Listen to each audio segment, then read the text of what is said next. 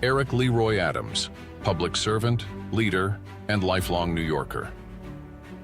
Eric Leroy Adams has served the people of New York City as a New York Police Department officer, state senator, Brooklyn Borough president, and as the 110th mayor of the city of New York. He gave voice to a diverse coalition of working families in all 5 boroughs and is leading the fight to bring back New York City's economy, reduce inequality, improve public safety, and build a stronger, healthier city that delivers for all New Yorkers. So now we're here at the Senate in the United States in Washington, D.C., and we're at the Ukrainian summit, which is dedicated obviously for Ukraine. And we're so glad to meet Mr. Adam, and it's a great pleasure to have you here with us right now. Thank you so much for supporting Ukraine. And you actually were the mayor of New York, right? And you actually held a lot of for Ukrainian refugees, right? And you dedicated a lot of time to it. So we truly appreciate for everything you've done for New York, for Ukrainians. And you expressed so much solidarity with Ukrainians, right? And consistently stood up for Ukraine's side.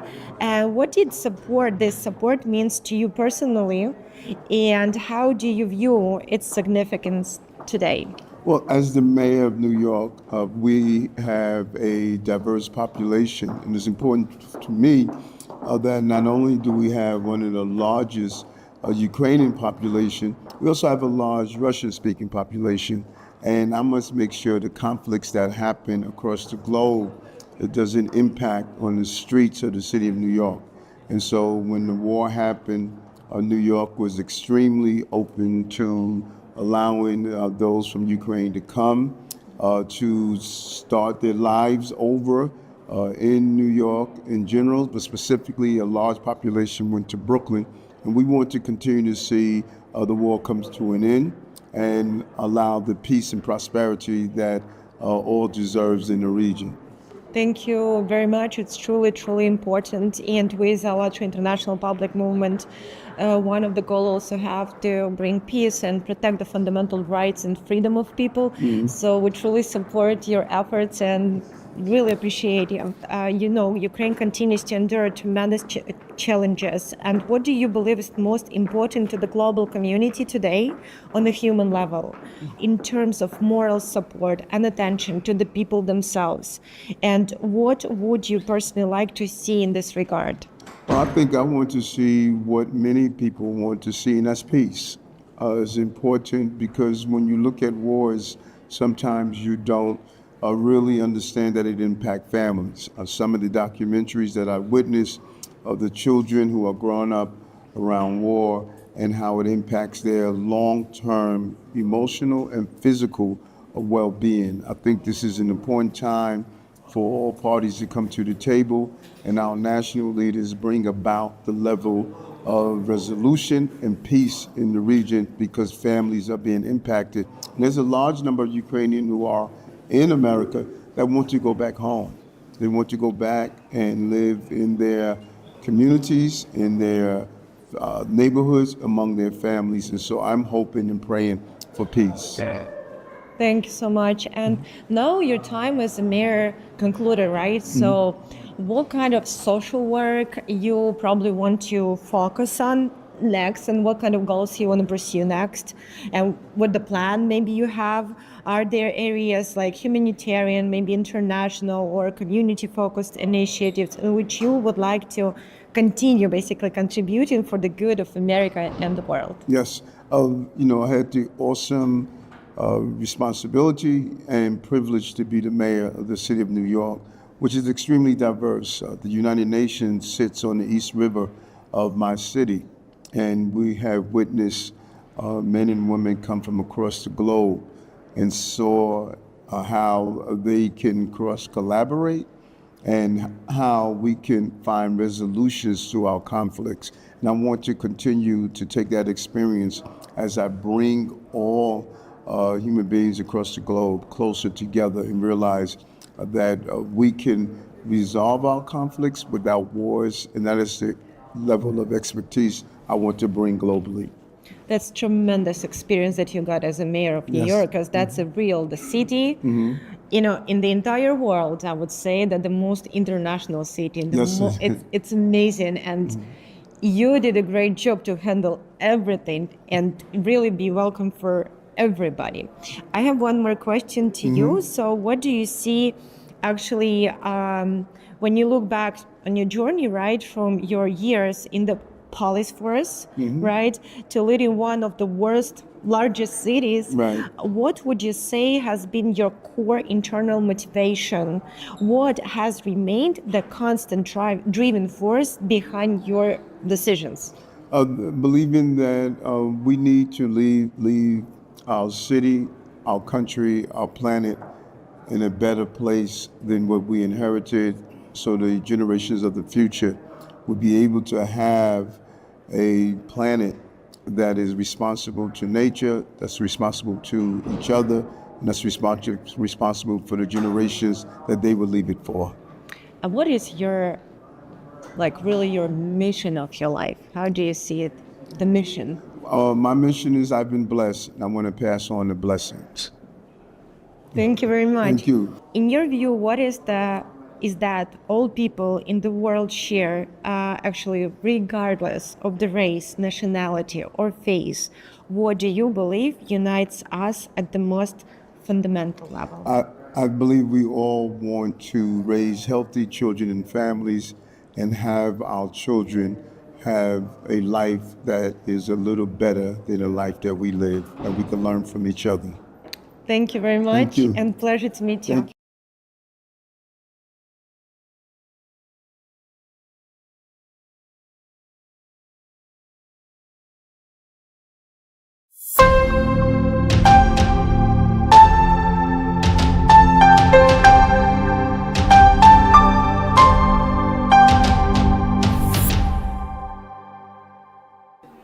Mr. Fautré, it is a big pleasure meeting you here on the OSCE, a big event in Warsaw. The topic that we are very concerned about is the activities of anti-cult organizations such as Fautré, and it's actually a domain in Russia, Razzirs, and these organizations persecute the religious freedoms, the human rights, and undermine the democracy as it is. So my first question is, how do you estimate their activities and how dangerous they are here in the EU and the consequence to the democracy in the EU? Yes, and first I want to thank you for having me here in your program. And of course, FECRIS and the anti-cult organizations have been for many years our target, Human Rights Without Frontiers in Brussels. And from there we have a look all over the European Union about their activities and beyond, of course, as in Ukraine or in Russia, and also in other non-European countries. And these are very dangerous activities for democracy and human rights in general. First, of course, what I would stress is that for 20 years, Alexander Dworkin from Russia had been the co-president of FECRIS, an umbrella organization which says that it is defending victims of some organizations that they label cults. But in fact, cults do not exist. You have religious belief organizations, and everybody is free to believe in what he wants to believe in. So, in fact, it is some sort of a thought police that is being installed in quite a number of countries and institutions of various states. I think of France, for example, Belgium as well, and of course in Russia. In Russia, they have been very effective, of course, because they have the support of the Orthodox Church, Patriarch Kirill, to try to cleanse the country from any foreign agent in the religious sphere. So any religious group that has historical roots in other countries than Russia and before it was the Soviet Union. So, for example, they have declared illegal and banned Jehovah's Witnesses, also Scientology, also BYU, so the Mormon University institution, and the process will go on, of course, because they want the whole country just to be under the authority of both, on the political side, President Putin, and on the spiritual side, so the Russian Orthodox Church. I also want to stress that the support from Putin is also very important, since he introduced the concept of spiritual security in his program, because that allows him, if he needed any authorization to do it, to legally, I would say between inverted commas, to persecute non-Orthodox groups. And that's what is happening, and he exports that model. He exports that model also with the support of Alexander Dworkin, with the with the Russian member organization in FECRIS. They are active in Georgia, for example. They were active as well in Ukraine before the war started. Now they are not welcome, of course, but also in Europe. And in Europe, France is a key partner of let's say, the suppression policy of Putin through the state institution, the Miviludes, that finances FECRIS, because FECRIS was created in France and gets subsidies from the French government. So it's the French taxpayers who pay the activities spreading hate speech, hatred, hostility against minority religious and spiritual groups. We have been fighting with partners in France against their influence. We have been successful by managing to bar some policies that were to be developed by FECRIS, the Miviludes, and also to give the right picture of what the member organizations in France in FECRIS are, because they are also prosecuted, and successfully, by some minority religions like Jehovah's Witnesses. And our objective, of course, is to debunk the fake news, the lies, and all sorts of statements. They are very far from the reality. I couldn't agree more, and thank you very much for your expertise. Our investigations of the project Creative Society and AllatRa International Public Movement, but also a number of independent journalists, show that it's not only the minorities, religious minorities, who are targeted by this illegal network, as FECRIS and Racirs, but they go much farther than targeting the minorities. They target civil societies, human rights activists, and actually even such a country as Ukraine is called as a cult, and so they just legitimize its destruction. So my question is, what about us here in Europe, since we are very concerned about their activities and the huge network here in Europe, also in Slovak and Republic and Czech Republic and in other countries in Europe. So how do you see what actions, what measurements can be taken, maybe on the legislative level, to prevent their illegal actions, their illegal activities, so that we will not face such consequence as it is right now in human rights situation and democracy in Russia as a whole? It is an ideological war that we are fighting here on the European continent. And one way of doing it is, as we do, to monitor all their activities when they are visible, because most of the time they are not. They act from behind the scenes.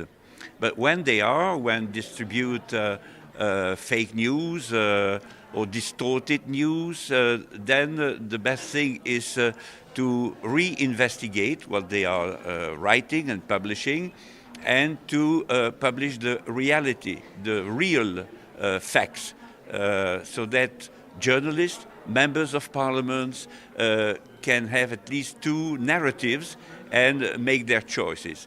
And it is very important to do that work, because we have noticed in many, many cases that politicians read the newspapers, and when there are campaigns, and they are very, well, very professional, I would say, in their campaigns against minority religions, they just believe what the press says.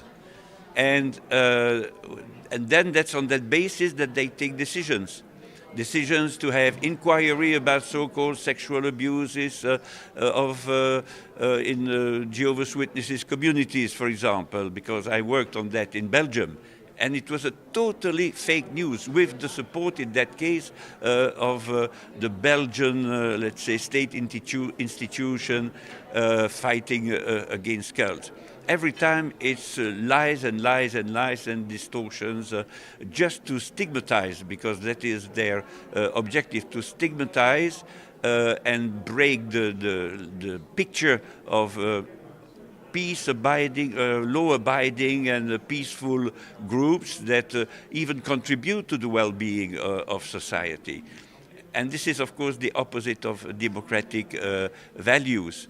And so by monitoring what they are doing, having a counter-narrative and putting those narratives, our narratives, in the hands of members of the European Parliament, that's what we do. We have a newsletter, for example, that reaches 10,000 subscribers who are members of parliaments, embassies in Brussels, in Washington, in London, NGOs, also members of parliaments of 16 member states of the European Union. That's our daily work, to debunk lies by anti-cult organizations. They are not different, in fact, from those who, in Pakistan, for example, persecute Ahmadis, because they are not, Ahmadis are not in line with normal, traditional Islam, and they are persecuted by a number of groups. And Fikris and other anti-cult groups do exactly the same,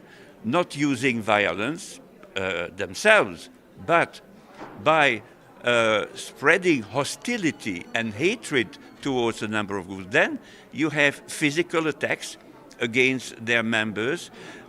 Members of minority religions then lose their job and also lose their business, so that has an impact on their family life, so the damage is absolutely huge. And there are also physical attacks against communal and religious buildings. So the impact that is not always visible, now thanks to the OSCE organization and their annual meeting here in Warsaw, is becoming visible, because those groups come and complain here with oral statements, with written statements, and this is brought to the attention of the delegations of the 57 participating states of the OSCE. And we also tell to all the persecuted minority groups, come to Warsaw, go to the OSCE or the conference and raise your voice and express your complaints.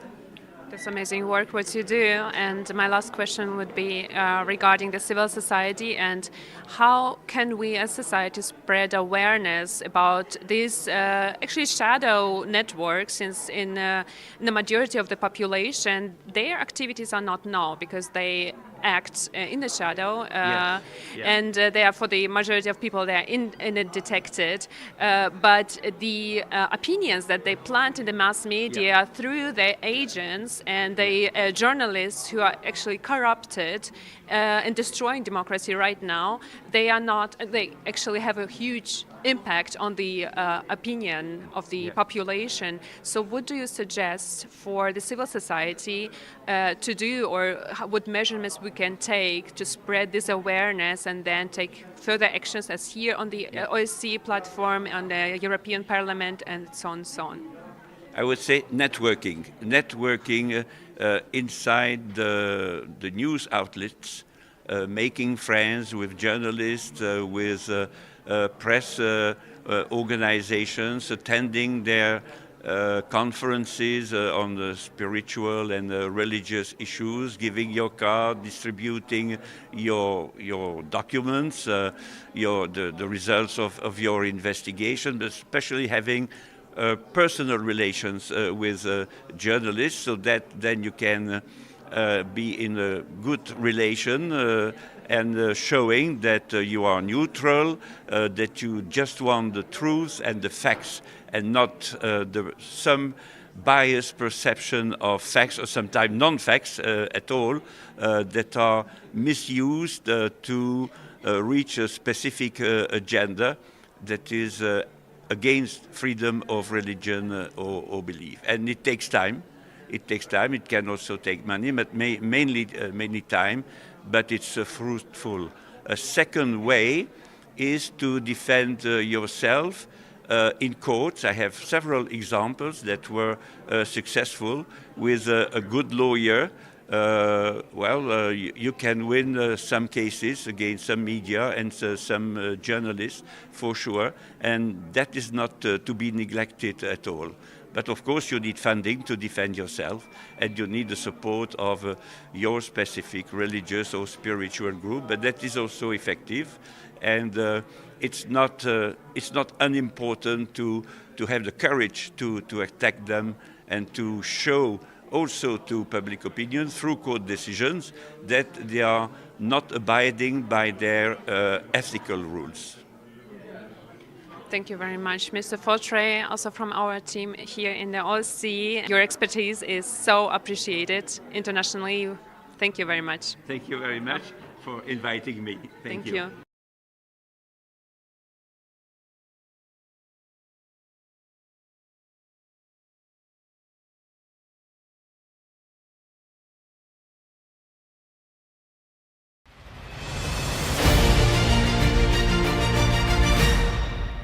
I'm so happy to see you here at the World Changes Forum. Could you please share a little about yourself, because I already know your story and I'm sure it will be interesting for our viewers.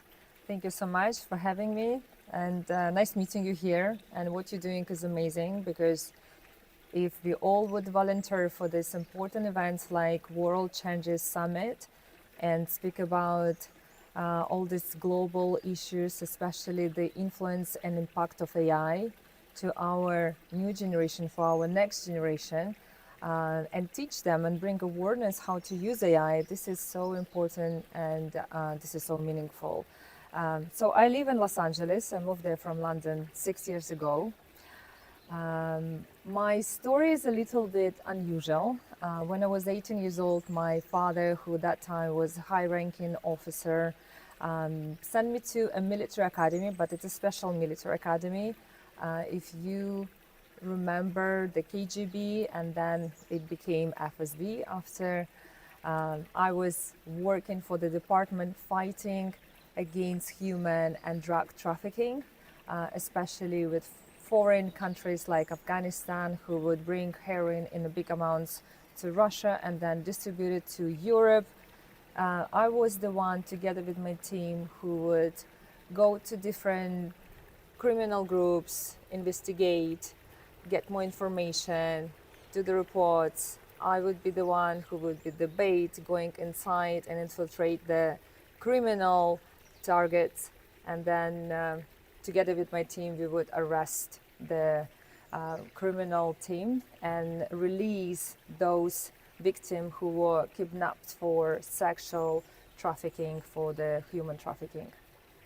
You basically put your life at risk to save the life of others, and this is really important. This is really inspirational example how people sacrifice themselves in order to make the world a better place and fight crime. And thank you so much for what you do. Thank you. You know, I will tell you this. If there's so many parents who would completely understand.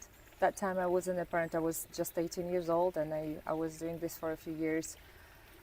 When you would see the amount of those underage children who would be kidnapped literally from the schools when they would go back home, from different countries around the world, including post-Soviet countries, and those children, both genders, and boys and girls, would be sold or just sent to another country for the human trafficking, or like it's really sad to say, for the organs.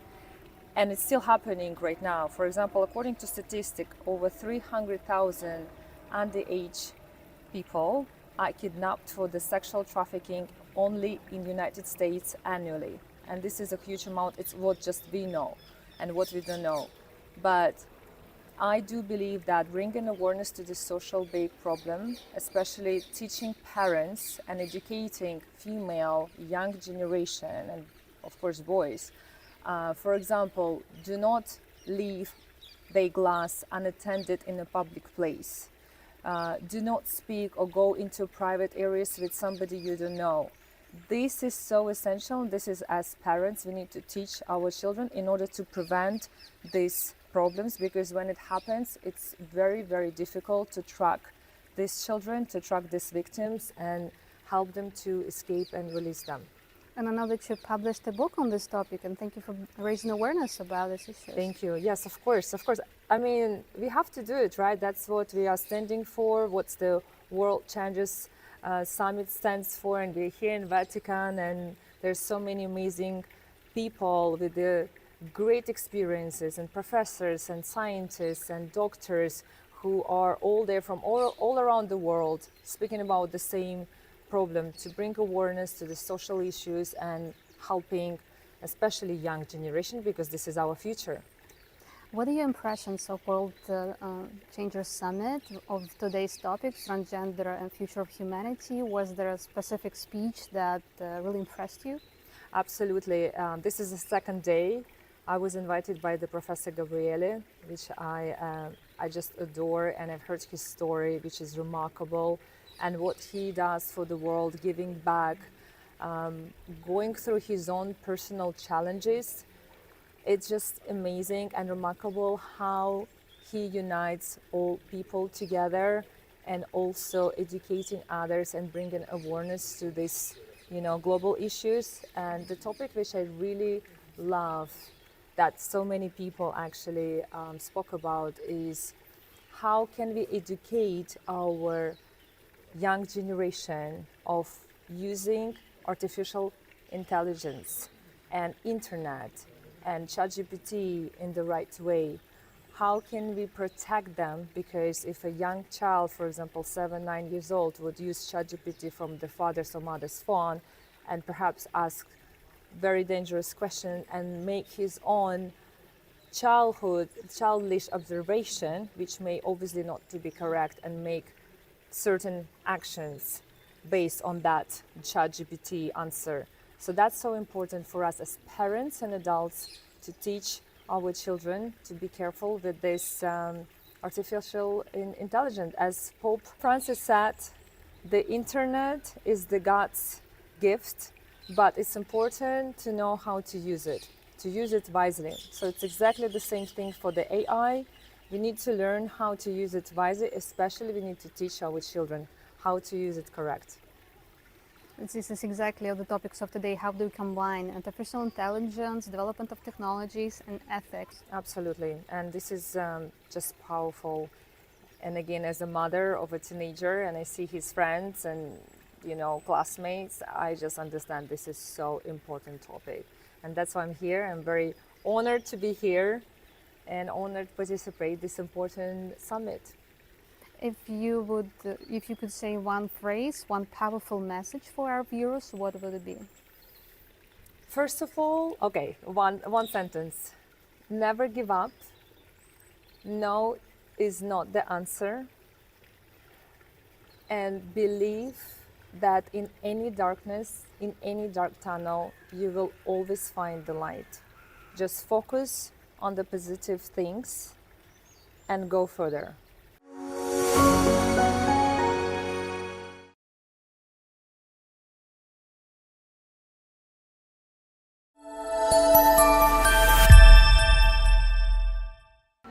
So tonight we are in Miami at the incredible event which just has finished, and it was just amazing. The energy was flowing, everyone was so excited. There were so many new connections, new people. It was just simply great. So could you please introduce yourself? Tell us, what do you do and what was your role tonight at the event? I'm out here from Las Vegas, Nevada. My name is Gabriel Cornejo and I'm currently running for Congress, based out of Las Vegas, but the reason why I'm here is because I ran for president of the United States in this last election cycle. And the problems that we're experiencing in Nevada also pertain to the country and soon the globe. And so being able to come to this event, align with other people that are actively looking to solve problems, is the whole reason why I came, because we have a lot of people with a lot of brilliant ideas, but we have to be able to coalesce and implement them. So that's what brought me here. So tonight, could you please share your impressions of tonight's event? What stood out? What was so memorable for you? Yeah, well, for me, I came because I wanted to meet President Fernandez, right? And the thing that stuck out to me, he shared some stories that obviously for the role that I'm looking to be involved in, but for the United States, that is going to resonate with me. But what he shared the most was his passion for education, and he talked about how that's something that should be afforded everyone. And I know that for me, in my own experience in life, that my education was super important to allow me to expand my mind and expand the experience that I have as a human being. And I align with people just like many of these people here. They're actively trying to create conditions for a better life. And that's something that I think is infectious, but it's also inspirational.